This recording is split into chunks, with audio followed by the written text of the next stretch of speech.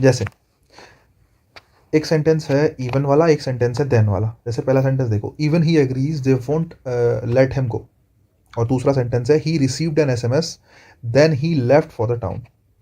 समस्या एक बात पता क्या है, यहाँ पे कंजक्शन के रूप में केवल इवन रखा है। एक सेंटेंस है ही एग्रीज, एक है दे वोंट लेट हिम गो, दो सेंटेंस है। और यहाँ कंजक्शन के रूप में केवल क्या रखा है, केवल इवन रखा है, ठीक है। दूसरा सेंटेंस है he received an SMS he left for the town, then यहाँ कंजक्शन के रूप में देन रखा है। लेकिन आपकी जानकारी के रूप में बता दूं, इवन और देन दोनों में से कोई भी कंजक्शन नहीं होता है। इवन इवन जो होता है इंफेसाइजर होता है ना। इवन भी के रूप में आता है, या तो एडजेक्टिव बनता है या फिर एडवर्ब बनता है, कुछ भी बन सकता है भाई, ठीक है। लेकिन इवन भी के रूप में आता है, इंफेसाइजर के रूप में, और कुछ नहीं है इसका काम। इवन के अंदर कंजक्शन बनने की क्षमताएं नहीं होती हैं। सेम गोज विद देन, ठीक है। THEN देन जो होता है वो क्या होता है, अभी ऊपर बता के आया हूँ। देन होता है एडवर्ब ऑफ टाइम, देन होता है एडवर्ब ऑफ टाइम, टाइम को दिखाने वाला एडवर्ब। अगर तुम्हें बात समझ में आई हो तो तुम्हें इतना भी समझ में आया होगा कि इस वाले ऊपर वाले दो सेंटेंसेस में कंजक्शन है ही नहीं। ऊपर वाले दो सेंटेंसेस में कंजक्शन है ही नहीं, तो कुल मिला के मुझे दोनों सेंटेंस को ठीक करने के लिए क्या करना पड़ेगा, मुझे दोनों सेंटेंस को ठीक करने के लिए कुछ ना कुछ कंजक्शन लगाना पड़ेगा। अगर कंजक्शन लगाना है तो कोई ना कोई कंजक्शन जोड़ दो। अब कंजक्शन के लिए क्या करते हैं, इवन के साथ क्या लगा देते हैं, इफ, वैन, दो, कुछ ऐसे शब्दों का प्रयोग कर लिया जाता है, ठीक है। तो अब लगा लो क्या लगाओगे आप, आपके हिसाब से। इवन इफ ही एग्रीज, अगर वह एग्री भी हुआ तो भी वो उसको जाने नहीं देंगे। तो बिल्कुल सही बात है, कंडीशन वाला सेंटेंस है, इफ लगा लो। इवन इफ ही एग्रीज, तो इवन एम्फेसाइजर बन गया और कुछ नहीं है, समझ रहे हो। इवन क्या बन गया, एम्फेसाइजर बन गया, ये सेंटेंस ठीक है। Even if he agrees they won't let him गो, ठीक है, इफ लगा लो।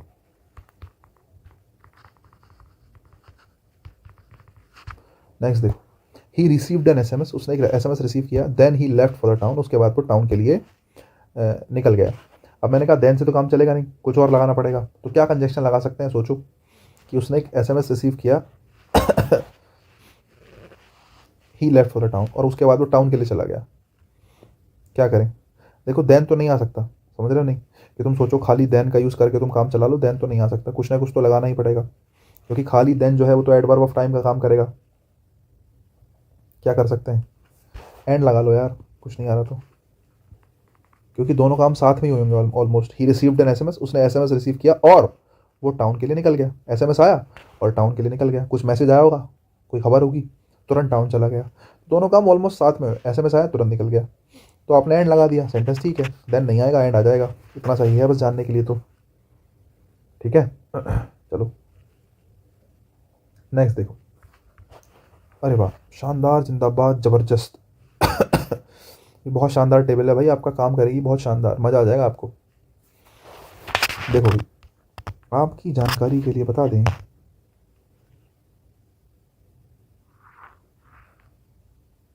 कि एक टेबल है हमारे पास,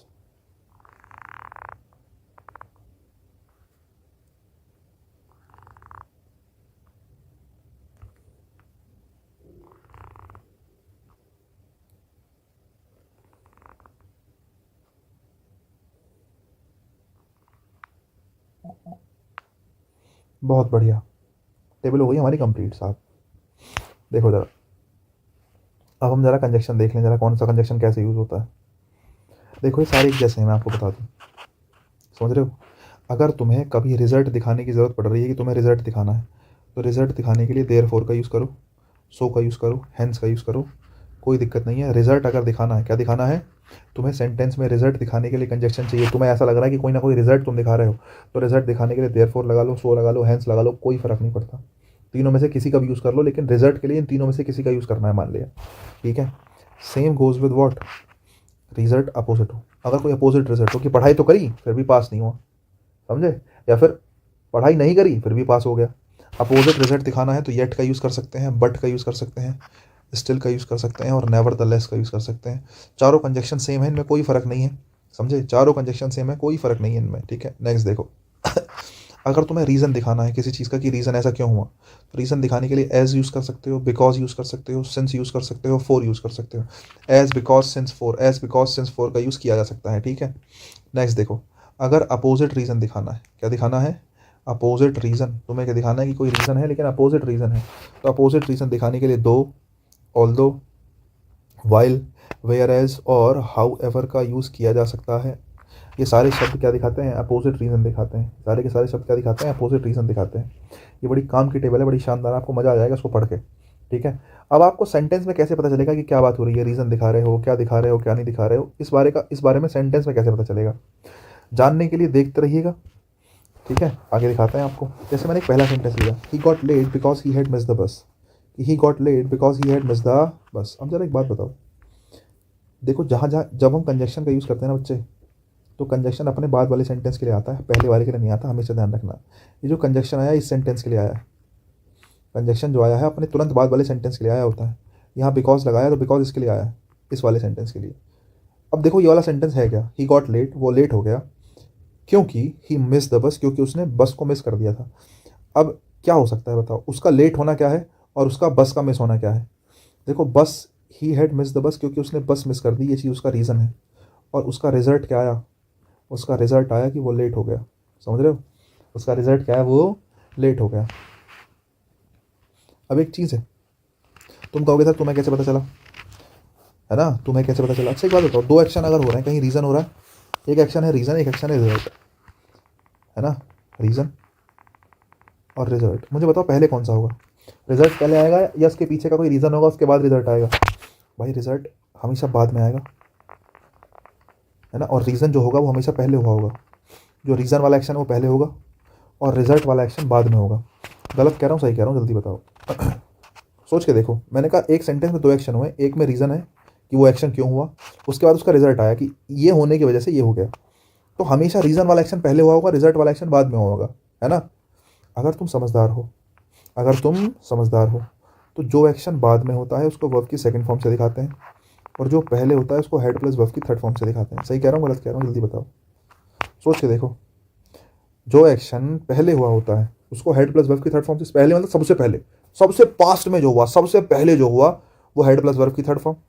ठीक है, और उसके बाद में कुछ रिजल्ट आया वो वर्ब की सेकंड फॉर्म, है ना? मतलब जो सबसे पहले हुआ होता है वो पास्ट ऑफ पास्ट में और जो उसके बाद हुआ होता है वो वर्ब की सेकंड फॉर्म से। मैं आपको टेंस में पढ़ा चुका हूँ, अब तुम खुद देख लो।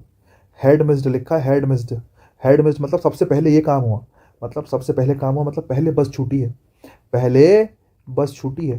और पहले बस छूटी है तो पहले बस छूटना रीज़न हो गया और बाद में वो क्या हो गया? लेट हो गया, ही गॉट लेट, और ही गॉट लेट ही हो गया रिजल्ट। रिजल्ट कब आया होगा? बाद में। बस छूट गई तभी तो रिजल्ट आया कि वो लेट हो गया। समझे कि नहीं? नेक्स्ट देखो, ही had miss the bus so he got late. चलो सेंटेंस से पहले ये तो देखो ना एक सेकंड, अगर रीज़न आया है तो रीज़न के लिए कंजक्शन चाहिए। अच्छा एक बात बताओ, बस छूटी है तो सीधी सीधी बात है लेट होगा। बस छूटी है तो क्या होगा? लेट होगा। अंडरस्टूड सी बात है, बस छूटी है तो लेट होगा ही होगा। मतलब कंजक्शन जो आप लगाएंगे वो कैसा कंजक्शन लगाएंगे? रीज़न के लिए कंजक्शन लगाएंगे, लेकिन रीज़न के लिए अपोजिट रीज़न के लिए।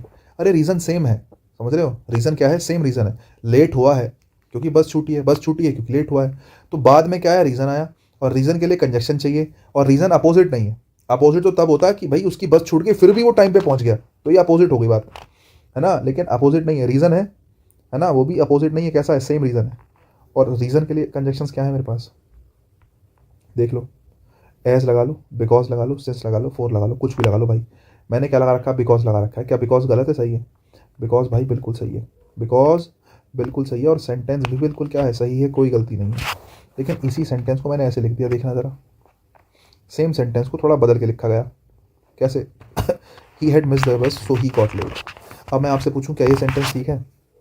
सोच के बताओ भाई, ये सेंटेंस ठीक है गलत है? ये भी सेंटेंस सही है। अब तुम कहोगे कैसे सर? मैंने कहा कंजक्शन अपने बाद वाले को देखता है। कंजक्शन सो रखा है और ही गॉट लेट रखा है। ज़रा देखना, सो कंजक्शन है, ही गॉट लेट जो है इसके बाद में लिखा हुआ एक सेंटेंस है। ही गॉट लेट के लिए सो ये आया होगा, है ना? एक है ही हैड मिस द बस। देखो पहले कौन सा काम हुआ होगा, सोच के देखो, लेट होने वाला या मिस होने वाला? देखो अब की बार लिखा ही हैड मिस द बस, तो ये ही हैड मिस द बस जो है ये काम पहले हुआ क्योंकि हेड प्लस वर्ब की थर्ड फॉर्म है, तो ये काम पहले हुआ। जो काम पहले हुआ वो काम क्या होगा? वो रीज़न होगा। सीधी सीधी बात है, जो काम पहले हुआ वो क्या होगा? रीज़न होगा। जो काम पहले हुआ वो क्या होगा? रीज़न होगा। अगर ये काम रीज़न है, अगर ये काम रीज़न है तो ये काम क्या हो गया? रिजल्ट हो गया। समझ रहे हो? एक रीज़न है तो एक रिजल्ट होगा, ये रीज़न है तो ये रिजल्ट हो गया। अब मुझे बताओ सेम रिजल्ट है अपोजिट रिजल्ट है? सोच के देखो, सेम रिजल्ट है opposite. He had miss the बस, उसने बस मिस कर दी, सो ही गॉट लेट। क्योंकि उसकी बस मिस हो गई थी इसलिए वो लेट हो गया। तो बस मिस हुई है तो सीधी सीधी बात है लेट हुआ होगा, इसलिए आपने लिखा ही गॉट लेट, इसलिए वो लेट हो गया। तो बस वही कहानी है कि वो लेट हो गया, तो ही गॉट लेट। रिजल्ट भी कैसा है, अपोजिट नहीं है, कैसा रिजल्ट है, सेम रिजल्ट है। और सेम रिजल्ट के लिए क्या क्या कंजक्शन है देख लो। रिजल्ट के लिए, सेम रिजल्ट के लिए हैंस लगा लो, सो लगा लो, देयरफॉर लगा लो, कुछ भी लगा लो। मैंने क्या चुना, सो चुना। सो यहाँ पर कंजक्शन आया है जो कि किसको दिखाने के लिए आया है, सेम रिजल्ट। किसको, सेम रिजल्ट, और सेम रिजल्ट के लिए सो आता है, इसलिए इसमें कोई गलती नहीं है, बात बिल्कुल ठीक है। पता है क्या दोनों सेंटेंस में क्या फ़र्क है, दोनों सेंटेंस में बस इतना फ़र्क है, ये कंजक्शन आया है रीज़न के लिए, क्योंकि बाद में लिखा था ही हैड मिस द बस, जो कि रीज़न है, ठीक है। और ही गॉट लेट पहले लिखा था, और मैंने आपको बताया कंजक्शन हमेशा अपने बाद वाले के लिए आता है। अभी इसी सेंटेंस को मैंने पलट के लिख दिया, ये वाला हिस्सा पहले चला गया और ये वाला हिस्सा बाद में चला गया, और कुछ थोड़ी हुआ है, बस इतना ही हुआ है। दूसरे सेंटेंस में मैंने जो कंजक्शन लगाया सो, वो लगाया ही गॉट लेट के लिए। किसके लिए, ही गॉट लेट के लिए। और ही गॉट लेट उसका लेट होना रिजल्ट है, लेकिन अपोजिट रिजल्ट नहीं है, सेम रिजल्ट है। और सेम रिजल्ट के लिए क्या आता है, सो लगा लो, देयरफॉर लगा लो, या फिर हेंस लगा लो, एक ही बात है। तीनों का मीनिंग इसलिए से निकलता है। नेक्स्ट देखो, everyone likes him because he is very honest. हर एक व्यक्ति उसको पसंद करता है क्योंकि वो बहुत ऑनेस्ट है, क्योंकि वो बहुत ईमानदार है। मुझे बताओ क्या बिकॉज गलत है, ठीक है, सोच के देखो। एवरीवन लाइक्स हिम, हर एक व्यक्ति उसको पसंद करता है, ठीक है, क्योंकि वह ईमानदार है। सबका पसंद करना रिजल्ट होगा बच्चे, ठीक है, और उसका ईमानदार होना रीज़न है। सब उसको पसंद क्यों करते हैं, क्या कारण है उसके पसंद करने का, क्योंकि वो ईमानदार है। रीज़न उसका क्या है, ऑनेस्ट होना। और पसंद उसको इसलिए करते हैं, उसको इसलिए पसंद करते हैं क्योंकि वो ऑनेस्ट है। तो रीज़न हो गया ऑनेस्ट होना, और रिजल्ट हो गया सबका पसंद किए जाना। अच्छा, दूसरी बात, अपोजिट नहीं है, सेम है। और सेम रीज़न को दिखाने के लिए क्या लगाते हैं, सेम रीज़न को दिखाने के लिए एज, बिकॉज, सिंस, फॉर, कुछ भी लगा लो। यहाँ पर बिकॉज लगा लो, एज लगा लो, सिंस लगा लो, फॉर लगा लो, कुछ भी लगा लो। बिकॉज भी ठीक है, एज भी ठीक है, सिंस भी ठीक है, फॉर भी ठीक है, कुछ भी लगा लो, लेकिन सेम रीज़न को लगा दिखाने वाला कंजक्शन लगाना पड़ेगा, और कुछ नहीं। नेक्स्ट देखो, there was nobody at home so the postman did not deliver the post. There was nobody at home, कि कोई भी घर पे नहीं था, इसलिए पोस्टमैन ने पोस्ट डिलीवर नहीं की है। The postman did not deliver the post, postman ने पोस्ट डिलीवर नहीं करी। समझे, एक बात बताओ सोच समझ के, nobody was at home, कोई भी घर पे नहीं था, ये रीज़न है। और इसका रिजल्ट क्या हुआ कि पोस्टमैन डिलीवर करके गया ही नहीं कुछ भी, क्योंकि घर पे कोई नहीं था, तो रिजल्ट है। अच्छा, घर पे कोई नहीं होगा तो रिजल्ट डिलीवर करके जाएगा क्यों, तो रिजल्ट है, लेकिन सेम रिजल्ट है ना, अपोजिट नहीं है, सेम रिजल्ट है। और सेम रिजल्ट के लिए किसका यूज़ करते हैं, देख लो भाई, सेम रिजल्ट के लिए किसका यूज़ करते हैं, देयरफॉर, सो या फिर हैंस। देयरफॉर, सो या फिर हैंस, देयरफॉर, सो या फिर हैंस।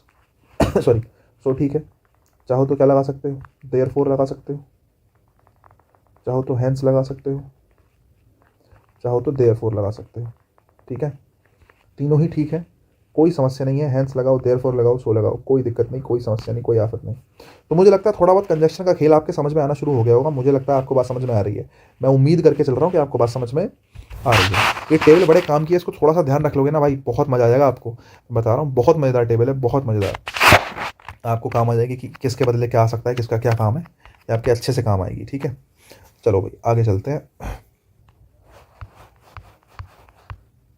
देखो भाई, 4 सेंटेंस और है तुम्हारे लिए। मुझे लगता है सबसे अब तुम्हारी जिम्मेदारी है इसके बाद करने का कि ये चारों सेंटेंस का क्या आंसर होगा, ठीक है। चारों सेंटेंस आपके लिए हैं। We will not help us, he has much money, he has much money, he will not help us, they sent him to jail, he was innocent, he is brave heart, he decided to join army. भाई देखो, एक result होगा, एक reason होगा। पहले तो result और reason decide करो। पहले तो डिसाइड करो कि क्या रिजल्ट है, क्या रीज़न है, क्या रिजल्ट है, क्या रीज़न है, ये पता करो। अच्छा ठीक है, अब देखो, ही विल नॉट हेल्प अस, कि वो हमारी मदद नहीं करेगा। ही हैज़ मच मनी, देखो रीज़न तो पैसा है ना, पहली बात तो उसके पास पैसा है, पैसा है तभी तो उसका रिजल्ट क्या आएगा कि वो हमारी मदद करेगा या हमारी मदद नहीं करेगा। अगर उसके पास पैसे होते ही नहीं तो तुम मदद मांगते किससे, फिर तो मदद का ऑप्शन ही नहीं होता। तो रीज़न तो ये है कि उसके पास पैसे हैं, और रिजल्ट ये है कि वो हमारी हेल्प करेगा या हमारी हेल्प नहीं करेगा। अगर उसके पास बहुत पैसा है तो उसको हेल्प करनी चाहिए, लेकिन आपने लिखा नॉट हेल्प अस, वो हमारी हेल्प नहीं करेगा।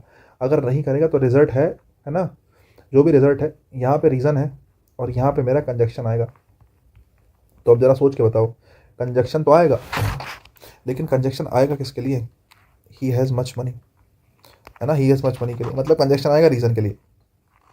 अब तुम सोच रहे होंगे सर मैं लिख दूँ अपोजिट रिजल्ट, मैं लिख दूँ अपोजिट रिजल्ट और कंजक्शन लगा दूँ रीज़न का, वो भी पॉजिटिव वाले का। ना ना ना ना ना, अपोजिट जो भी होगा वो कंजक्शन के साथ वाले में रखो, है ना।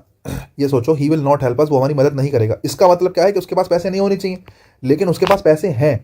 देखो अपोजिट चाहे रिजल्ट हो चाहे रीज़न हो, अपोजिट चाहे रिजल्ट हो चाहे रीज़न हो, तो कंजक्शन फिर अपोजिट वाला ही लगाना है। देखो ये जो कंजक्शन है इसके बाद वाली जो क्लोज है ये रीज़न को दिखा रही है, कंजक्शन के बाद वाली क्लोज किसको दिखा रही है, रीज़न को दिखा रही है। ठीक है साहब, अगर कंजक्शन के बाद वाली क्लोज रीज़न को दिखा रही है तो अब आपको देखना है कि रीज़न कैसा है, कि सेम रीज़न है अपोजिट रीज़न है। तो ये मत सोचना खाली रीज़न चेक करोगे, अगर रिजल्ट या रीज़न जो भी तुम्हें लग रहा है अपोजिट निकल रहा है तो कंजक्शन जो है वो अपोजिट का ही आएगा, ध्यान रखना। कंजक्शन जो है वो किसका ही आएगा, अपोजिट का ही आएगा। और अगर अपोजिट की बात करूं तो आपको पता होना चाहिए कि साहब अपोजिट रीज़न के लिए कौन से टेबल में कंजक्शन थे। अपोजिट रीज़न के लिए though, although, while, whereas, however, ये सब मैंने लिखवाए थे। ठीक है, दो, ऑल्दो, व्हाइल, हाउएवर, ये सब मैंने लिखवाए थे अपोजिट रीज़न के लिए। ना याद हो तो एक बार पलट के देख लेना साहब, ये रहा अपोजिट रीज़न, देख लो, वेयर एज, वाइल, दो, ऑल दो, हाउएवर, कुछ भी लगा लो जो तुम्हारा मन कर रहा है। ठीक है दो लिख लो, कम जगह है।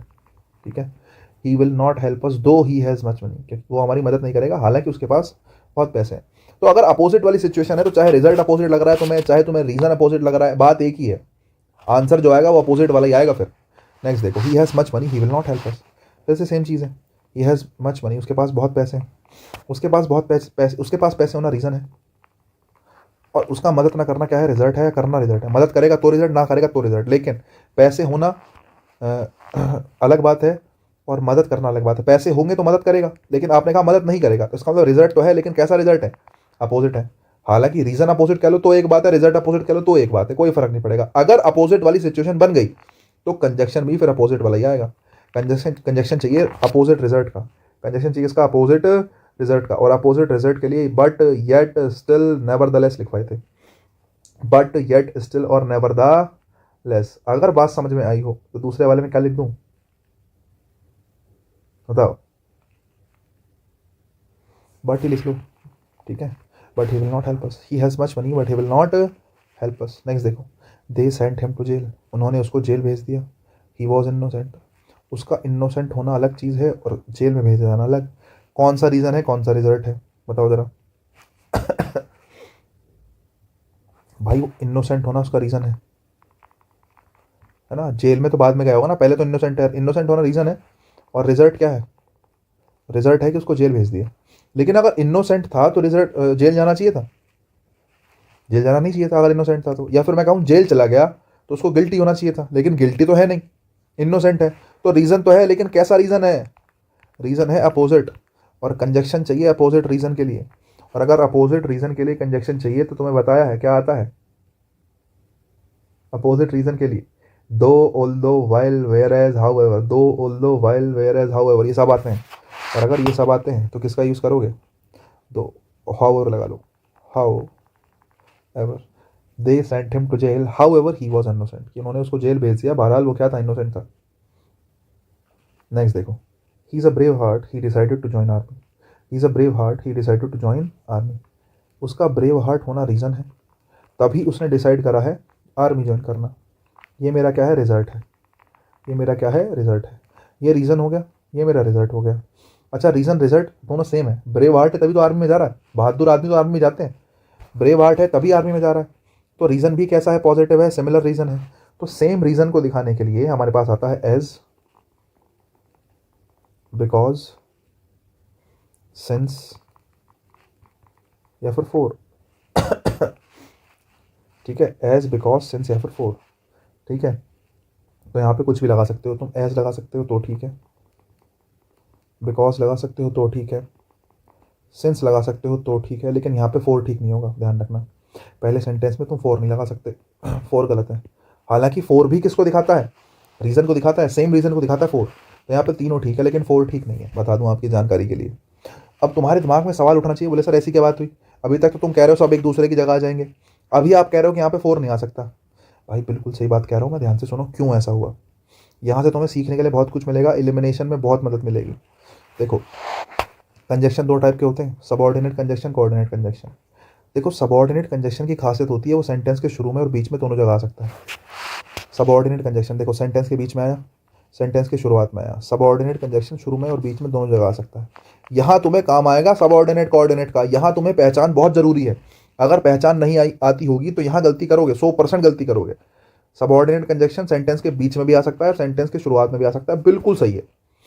लेकिन कोऑर्डिनेट कंजक्शन केवल सेंटेंस के कहाँ आता है? बीच में। कोऑर्डिनेट कंजक्शन सेंटेंस के स्टार्टिंग में गलत माना जाता है। कोऑर्डिनेट कंजक्शन सेंटेंस के स्टार्टिंग में क्या माना जाता है? गलत माना जाता है।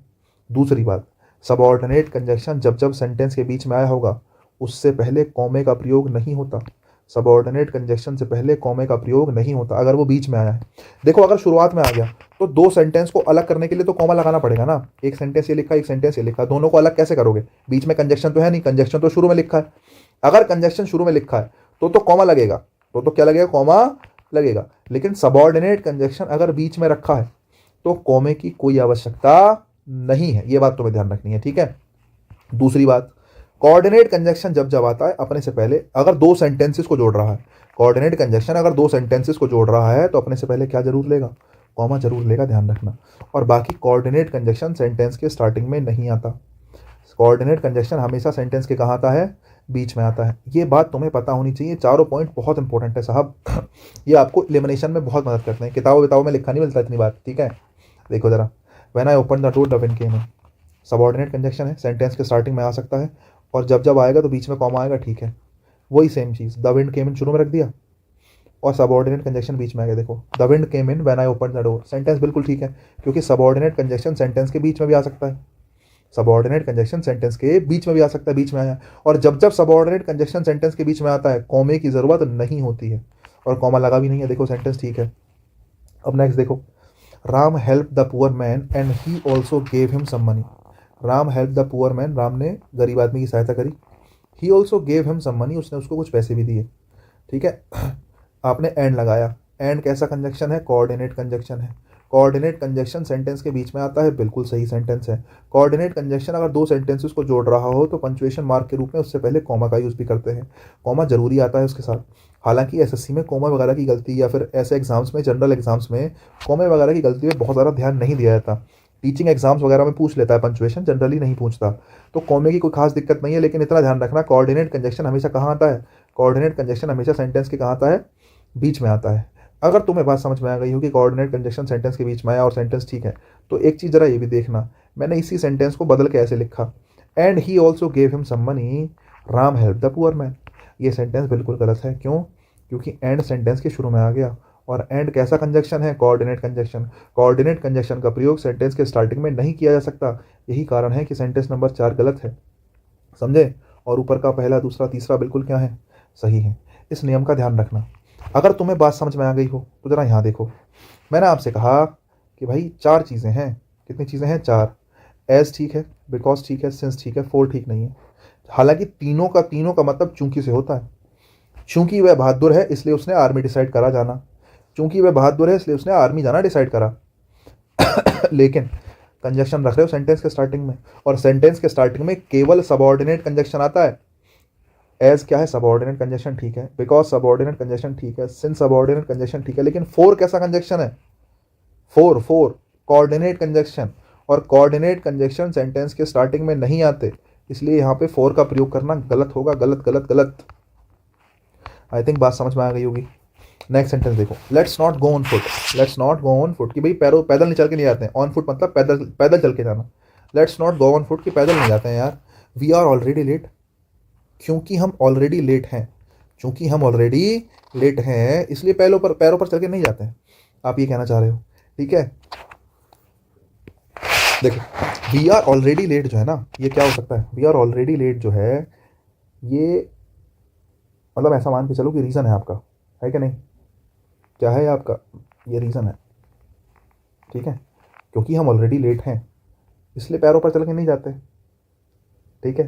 तो ये रिजल्ट हो गया। रिजल्ट क्या है? कि तुम पैरों पर चल के नहीं जाना चाह रहे हो। रीज़न क्या है? कि तुम ऑलरेडी लेट हो। सही बात है कि भाई ऑलरेडी लेट है तो जल्दी जाना है। जल्दी जाना है तो भाई पैदल ना जाके ऑटो वोटो कर लो, रिक्शा विक्शा, जो भी तुम्हें लग रहा है, ठीक है। अब एक चीज़ है, यहाँ पे भरना है तुम्हें रीज़न के लिए कंजक्शन। अब रीज़न के लिए कंजक्शन क्या होते हैं? एज, बिकॉज, सिंस या फिर फोर। देखो येट तो आएगा नहीं, ठीक है, दो भी नहीं आएगा। दो आता है अपोजिट रीज़न के लिए। दो आता है किसके लिए? अपोजिट रीजन के लिए। अपोजिट रीजन थोड़ी है, ऑलरेडी लेट हो तो पैदल चल के क्यों जाओगे? उसने मना कर रखा है पैदल चल के नहीं जाते हैं, सेम रीजन है, तो दो तो आएगा नहीं, बचा 4 और बचा 100। 100 होता है, 100 आता है इसलिए के लिए, 100 किस लिए आता है? इसलिए के लिए। तो 100 दिखाता है रिजल्ट को, 100 किसको दिखाता है? रिजल्ट को।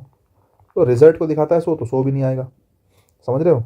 उसके अलावा येट देख लो, येट दिखाता है अपोजिट रिजल्ट को।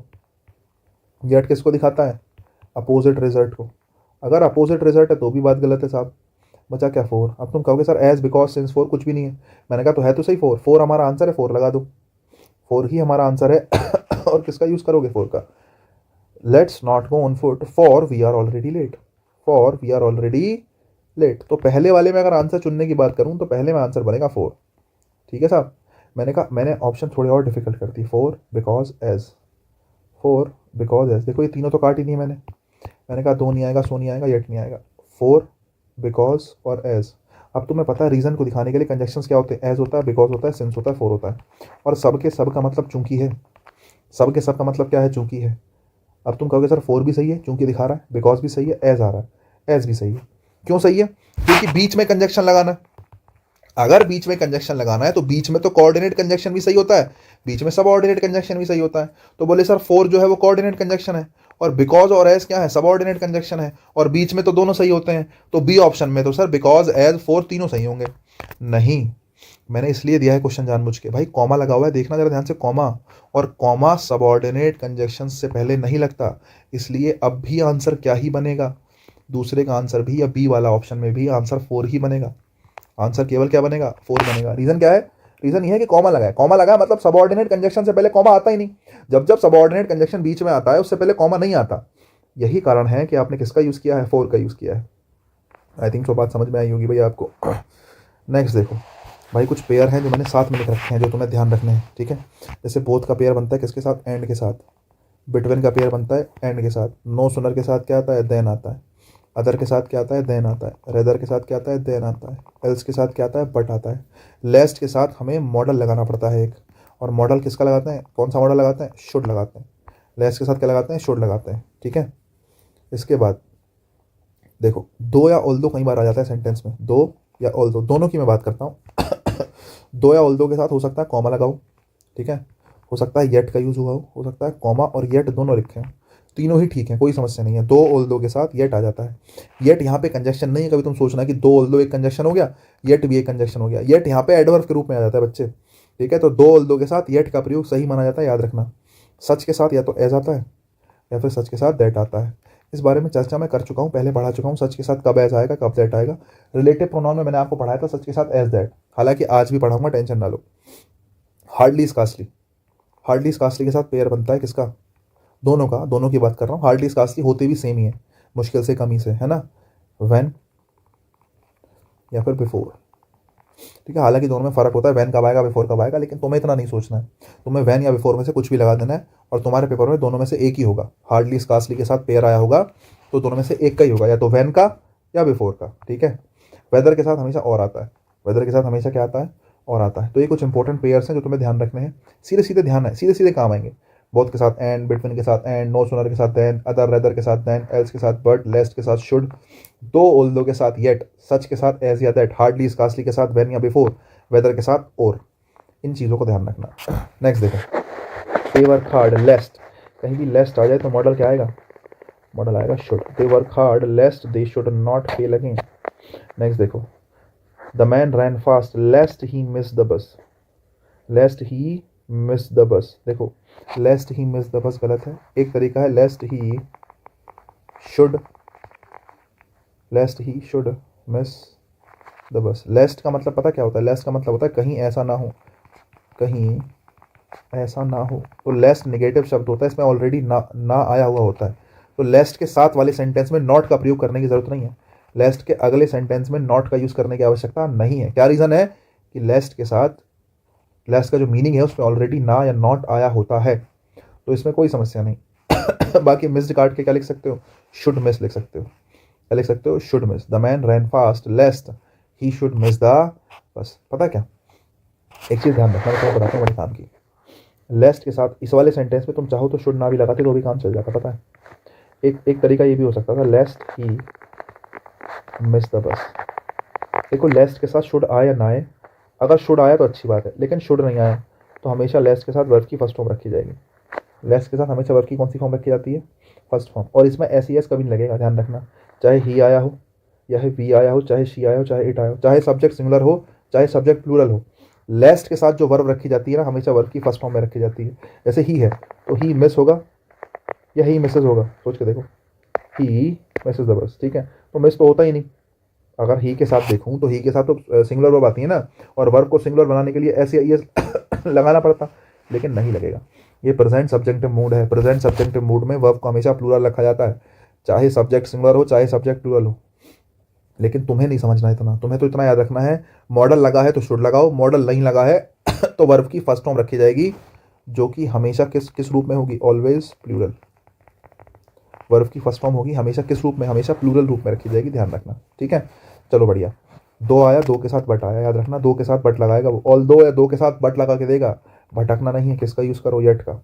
हार्डली स्कार्सली के साथ देन लगा के देखना देगा, भटकना नहीं है, किसका यूज करो? वैन का। हार्डली या स्कार्सली के साथ किसका यूज करो? वैन का या फिर बिफोर का, सीधी सी बात, ठीक है। नेक्स्ट देखो, सच दैट और सच एज। सच के साथ जब एज आता है तो वो रिलेटिव प्रोनाउन बना होता है। कॉमन सी बात है कि सच के साथ जब एज आता है रिलेटिव प्रोनाउन बना होता है, और सच के साथ जब दैट आता है तो वो केवल कंजक्शन बना होता है। रिलेटिव प्रोनाउन दो काम करता है साहब। रिलेटिव प्रोनाउन एक तो सब्जेक्ट या ऑब्जेक्ट बनता है, साथ में कंजक्शन बनता है, और केवल कंजक्शन चाहिए तो दैट लगा लो। इससे आसान बात नहीं हो सकती, इससे आसान भाषा में समझा नहीं जा सकता। सच के साथ एज और दैट दोनों आते हैं। सच के साथ जब एज आता है तो वो रिलेटिव प्रोनाउन बनता है, और रिलेटिव प्रोनाउन जब वो बनता है तो वो कंजक्शन का काम तो करता ही करता है, साथ में या तो सब्जेक्ट बनता है या ऑब्जेक्ट बनता है। अब तुम अपने सेंटेंस को पढ़ो और समझो कि तुम्हारे सेंटेंस में किस किस चीज़ की वैकेंसी है। केवल कंजक्शन की वैकेंसी है तो कंजक्शन लगा दो, है ना, और केवल कंजक्शन की वैकेंसी है तो केवल कंजक्शन लगा दो, तो दैट का यूज़ कर लो। अगर आपको लगता है कंजक्शन के साथ सब्जेक्ट या ऑब्जेक्ट भी चाहिए कोई एक, तो फिर रिलेटिव प्रोनाउन के रूप में एज लगा दो। इतना ही करना और कुछ नहीं करना।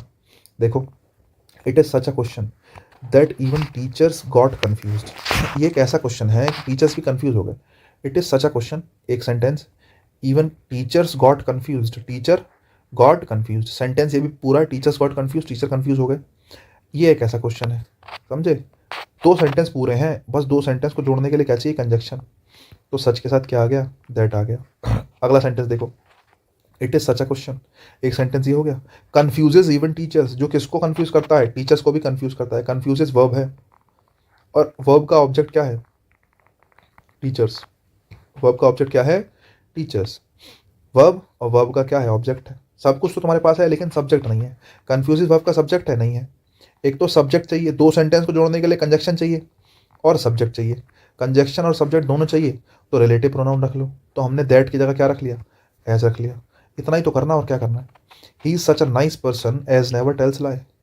टेल्स लाइज, टेल्स वर्ब है, उसका ऑब्जेक्ट लाइज है। वर्ब के पास सब्जेक्ट नहीं है, नेवर तो एडवर्ब होता है।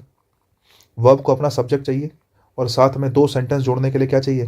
Conjunction plus subject. इसलिए किसका यूज करा? एज का, जो कि बिल्कुल सही है। नेक्स्ट देखो, he is such a nice person that everyone likes him. Such आया है, एवरीवन लाइक्स हिम, वर्ब से पहले सब्जेक्ट एवरीवन, वर्ब के बाद ऑब्जेक्ट क्या? हिम। सब्जेक्ट ऑब्जेक्ट दोनों है, ये सेंटेंस भी पूरा, ये सेंटेंस भी पूरा, मतलब सब्जेक्ट ऑब्जेक्ट तो पूरा है, लेकिन दो सेंटेंस को जोड़ने के लिए केवल कंजक्शन चाहिए। और जब जब केवल कंजक्शन चाहिए तो फिर सोचना समझना है ही नहीं, केवल किसका यूज़ कर दो? दैट का। सेंटेंस बिल्कुल ठीक है। सच एज और सच दैट, मुझे लगता है समझ में आया होगा। देखो, ये बात तो मैं कब से पढ़ाता आया हूँ, तुम्हें पिछली क्लास में ही बहुत पढ़ाया है कि TW2 के साथ टू प्लस वर्ब की फर्स्ट फॉर्म, और सो के साथ किसका यूज़ करते हैं? दैट का। He is too weak to walk, बिल्कुल सही है। TW2 नेगेटिव कॉन्टेक्स्ट के शब्दों के साथ ही आता है। He is so weak that he can not walk, ये इसका ट्रांसफॉर्मेशन है, सो के साथ किसमें? दैट में। TW2 नेगेटिव होता है, इसलिए इसके साथ नॉट हमने यहाँ पे लगा दिया। सेंटेंस दोनों ही क्या है? ठीक है। नेक्स्ट सेंटेंस देखो, he is so lazy that he can finish no work in time. He is so lazy, so के साथ किसका यूज़ किया? दैट का यूज़ किया, इतना ही समझाना चाह रहे हैं। नेक्स्ट देखो, we are too happy to meet you. TW2 के साथ पॉजिटिव डिग्री का शब्द रखना गलत हो जाएगा, मीनिंग गलत निकलेगा। We are too happy to meet you का मतलब है हम इतने खुश हैं कि हम तुमसे मिलना नहीं चाहते। We are too happy to meet you मतलब हम इतने खुश हैं कि हम तुमसे मिलना नहीं चाहते। इसलिए यहाँ से टू हटाओ और किसका यूज़ करो? वेरी का। We are very happy to meet you, कि हम बहुत खुश हैं तुमसे मिलके, है ना। जैसे मैंने कहा, we are very busy to meet you, हम बहुत बिजी हैं तुमसे मिलने के लिए। देखो किसी का बिजी होने का मतलब है वो तुमसे मिलना नहीं चाहता, किसी के बिजी होने का मतलब है वो तुमसे मिलना नहीं चाहता। देखो एक चीज़ देखा करो, तुम इसको इन्फिनेटिव पे लेके जाओ, है ना, हम बहुत खुश हैं। अगर तुम खुश हो तो मिलना चाहोगे कि नहीं मिलना चाहोगे, है ना। तुम इन्फिनेटिव को देखो, तुम इन्फिनेटिव का मीनिंग कैसा रखना चाहोगे, पॉजिटिव या नेगेटिव। आपने कहा we are too happy to meet you, हम बहुत खुश हैं टू मीट यू, तुमसे मिलकर। इसका मतलब मिलना तुम पॉजिटिव रखना चाहते हो, है ना। मिलना तुम कैसे रखना चाहते हो, पॉजिटिव। अगर मिलना पॉजिटिव रखना चाहते हो तो यहाँ से टू हटाओ, वेरी लिखो। नेक्स्ट देखो, आपने कहा वी आर वेरी बिजी, हम बहुत बिजी हैं टू मीट यू। अगर तुम बिजी हो तो इन्फिनेटिव को देखो, अगर तुम बिजी हो तो तुम मिलना चाहोगे, अगर तुम बिजी हो तो मिलना नहीं चाहोगे। अगर तुम मिलना नहीं चाहोगे तो इन्फिनेटिव को रखोगे नेगेटिव, और अगर इन्फिनेटिव को नेगेटिव रखोगे तो भाई वेरी की जरूरत नहीं है, फिर तो टू ही रखा जाएगा। इन्फिनेटिव नेगेटिव कब बनेगा, वेरी से थोड़ी बनेगा, नेगेटिव तो टी डबल टू से बनेगा। बस यही कारण है कि वेरी हटेगा और टू लगाया जाएगा। इन्फिनेटिव को देख के जज किया करो। नेक्स्ट देखो, ही इज टू या very poor to buy a car. अब देखो, ये देखो बाय को पॉजिटिव रखना है नेगेटिव। अगर कोई व्यक्ति गरीब है तो वो गाड़ी खरीद पाएगा या नहीं खरीद पाएगा नहीं खरीद पाएगा। अगर नहीं खरीद पाएगा तो टू बाय को नेगेटिव रखना है, और नेगेटिव रखना है तो वेरी नहीं, क्या सही है, टू सही है। He is too poor to buy a car, he is too poor to buy a car, कि वह बहुत गरीब है गाड़ी खरीदने के लिए, वह गाड़ी खरीद नहीं सकता। ठीक है, ये वाली बात तो मैं बता चुका हूँ, टू या वेरी आता है, कोई दिक्कत की बात ही नहीं है। नेक्स्ट देखो, अब यहाँ से पता है क्या है, यहाँ से एक चीज़ और समझते हैं। कई बार टू प्लस वर्ब की फर्स्ट फॉर्म की जगह to plus be plus verb की थर्ड फॉर्म आ जाती है। ये इसलिए आ जाती है क्योंकि ये एक्टिव मीनिंग होता है, और ये कैसा मीनिंग होता है, ये पैसिव मीनिंग होता है। अगर मीनिंग एक्टिव रखना है तो टू प्लस वर्ब की फर्स्ट फॉर्म रख दो, अगर मीनिंग पैसिव रखना है तो टू बी प्लस वर्ब की थर्ड फॉर्म रख दो। अब आप कहोगे सर मुझे कैसे पता चलेगा कब एक्टिव है कब पैसिव है। अरे मैंने कहा इसीलिए तो मैं बैठा हूँ यार, मैं बताऊंगा कब एक्टिव कब passive.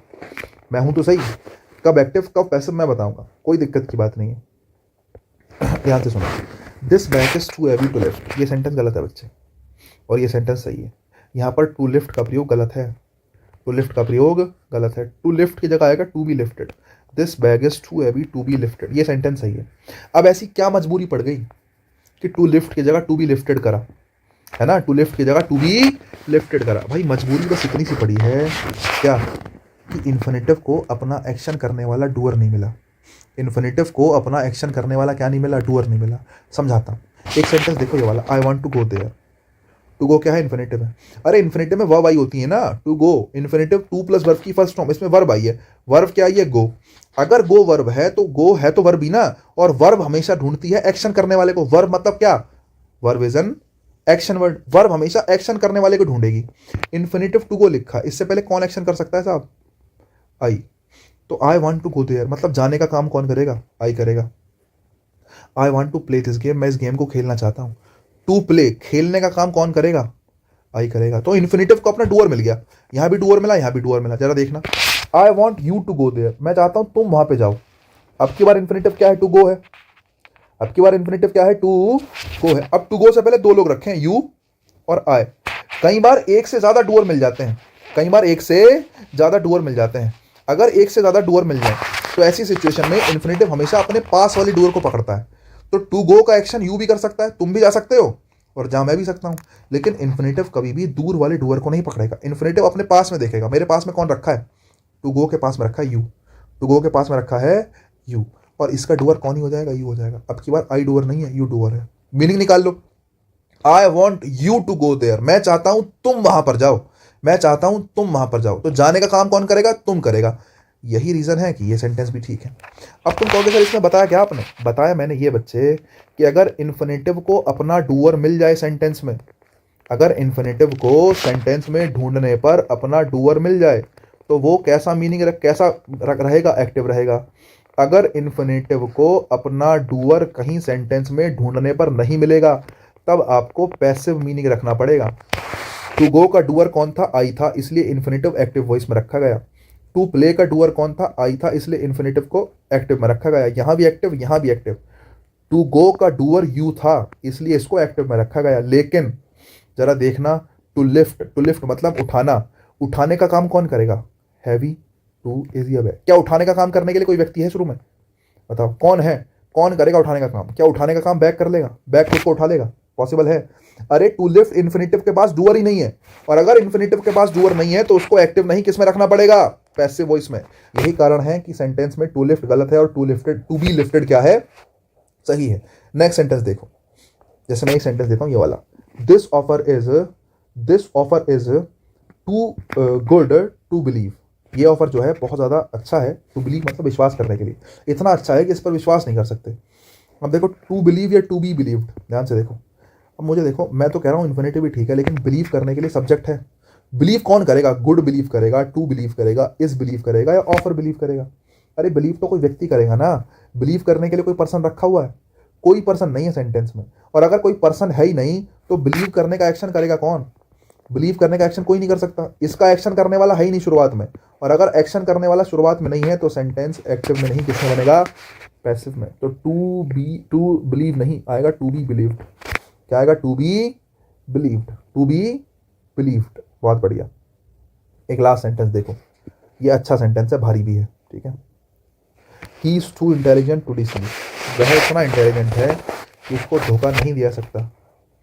He is too intelligent, वो इतना इंटेलिजेंट है कि उसको धोखा नहीं दे सकते हो, ठीक है। तो टू डिसीव, मुझे बताओ धोखा देने का काम कौन करेगा, क्या ही खुद को धोखा देगा। तुम कह रहे हो ही इज टू इंटेलिजेंट, वह बहुत बुद्धिमान है, इतना बुद्धिमान है कि उसको धोखा दिया नहीं जा सकता। तो धोखा देना, टू डिसीव, धोखा देने का काम कौन करेगा, क्या धोखा ही देगा, सोच के देखो। अरे कोई व्यक्ति अपने आप को खुद को कैसे धोखा दे देगा, ही खुद को कैसे धोखा दे देगा, ही तो इंटेलिजेंट है ना, ही इतना इंटेलिजेंट है कि उसको धोखा नहीं दिया सकता। यहां पर सेंटेंस में धोखा देने का काम कोई और करेगा, थर्ड पर्सन। धोखा देने का काम कोई थर्ड पर्सन करेगा, कोई और करेगा, इसलिए टू डिसीव नहीं, क्या आएगा, to be deceived. He is too intelligent to be deceived, कि उसको धोखा दिया नहीं जा सकता, वो बहुत इंटेलिजेंट है। तो टू बी डिसीव्ड धोखा देने के लिए डूअर नहीं है, धोखा देगा कौन, ही थोड़ी देगा, ही खुद को धोखा थोड़ी दे देगा। तो टू डिसीव का डूअर कोई और होगा, जो यहाँ पे मेंशन नहीं है, कोई और डूअर है जो धोखा देगा। यही कारण है कि यहाँ पे इन्फिनेटिव की जगह, इन्फिनेटिव के एक्टिव की जगह पैसिव रखा गया है, ठीक है। लास्ट पेज है समझने के लिए, देखो जरा। देखो एज के साथ एज आता है, सो के साथ एज आता है, बाकी एज पॉजिटिव में आता है और नेगेटिव दोनों में आता है। सो एज केवल नेगेटिव में आता है, ध्यान रखना, ठीक है। They are as wise as you और they are not as wise as you, ठीक है। एज वाइज एज यू और not as wise as you. हालांकि जो दूसरा वाला सेंटेंस है इसमें सो या एज कुछ भी रख लो, they are so wise as you, sorry they are not so wise as you या they are not as wise as you, दोनों ही बातें क्या होंगी, सही होंगी। लेकिन ऊपर वाले सेंटेंस में केवल एज आ सकता है, क्योंकि ऊपर वाला सेंटेंस कैसा है, पॉजिटिव है, और पॉजिटिव सेंटेंस में केवल क्या आता है, एज आता है। नीचे वाला सेंटेंस नेगेटिव है, अगर नेगेटिव सेंटेंस है तो सो एज भी ठीक है और एज भी क्या है, ठीक है, ध्यान रखना, ठीक है। नेक्स्ट देखो, चैप्टर पूरा हो गया क्या, बताओ जल्दी। चैप्टर पूरा ही हो गया। एक दो बातें और हैं देखने की, समझने की, जरा देखो। देखो अगर जोड़ने वाला सेंस है ना तो एंड का यूज करते हैं। इस सेंटेंस में ये समझाया गया, they can speak Hindi English और संस्कृत। वो बोल सकता है, वो क्या क्या बोल सकता है, हिंदी इंग्लिश और संस्कृत। तुम चीज़ों को जोड़ रहे हो, जोड़ने के लिए कभी भी और का नहीं एंड का यूज़ करेंगे, ध्यान रखना। वैसे तो बड़ी कॉमन सी बात है, मुझे लगता है समझाने के लिए नहीं है, लेकिन चैप्टर के लास्ट में इसलिए लिख रखी है, कहीं किसी बच्चे को कन्फ्यूजन हो तो निकल ना जाए। आपने कहा दे कांट स्पीक, वो बोल नहीं सकते, है ना, दे कांट स्पीक, वो नहीं बोल सकते हैं, ना तो वो हिंदी बोल सकता, ना वो इंग्लिश बोल सकता, ना ही वो संस्कृत बोल सकता। अब की बार जोड़ नहीं रहे हो, अब की बार क्या कर रहे हो, अब की बार अलग कर रहे हो, और अलग कर रहे हो तो एंड नहीं किसका यूज़ करोगे, और का। They can't speak Hindi English और संस्कृत, क्योंकि संख्या तो जीरो है ना तो वो हिंदी बोल सकता, ना वो संस्कृत बोल सकता, ना वो इंग्लिश बोल सकता। एक्सक्लूड कर रहे हो, कोई भी नहीं है, जीरो संख्या दिखा रहे हो, एंड नहीं किसका यूज़ करोगे, और का। बाकी जैसे ये सेंटेंस देखो दोनों, I like T and sweets, मतलब आप कहना चाह रहे हो आई लाइक बोथ, मुझे चाय भी पसंद है और मुझे स्वीट्स भी पसंद है। दूसरा आई लाइक टी और स्वीट, कहने का मतलब आइदर, दोनों में से कोई एक पसंद है। जैसे और है ना, और का मतलब यहाँ पर एक से, या तो टी या फिर स्वीट्स, दोनों साथ में नहीं चाहिए, ठीक है, नहीं, या तो चाय पसंद है या स्वीट्स पसंद है ना, या तो चाय लेगा या वो स्वीट्स लेगा, अगर और लगा रहे हो। I don't like T and sweets. अब देखो अगर तुमने नेगेटिव बनाने के बाद भी क्या लिख दिया, टी एंड स्वीट्स लिख दिया। अब देखो यहाँ पर क्या मतलब है, टी एंड स्वीट्स का मतलब समझ रहे हो, as a combination, as a combination, कि टी और स्वीट्स अगर साथ में हो तो आई डोंट लाइक, वो मुझे पसंद नहीं है, वो ये कहना चाह रहा है। वो मुझे पसंद नहीं है, एज अ कॉम्बिनेशन।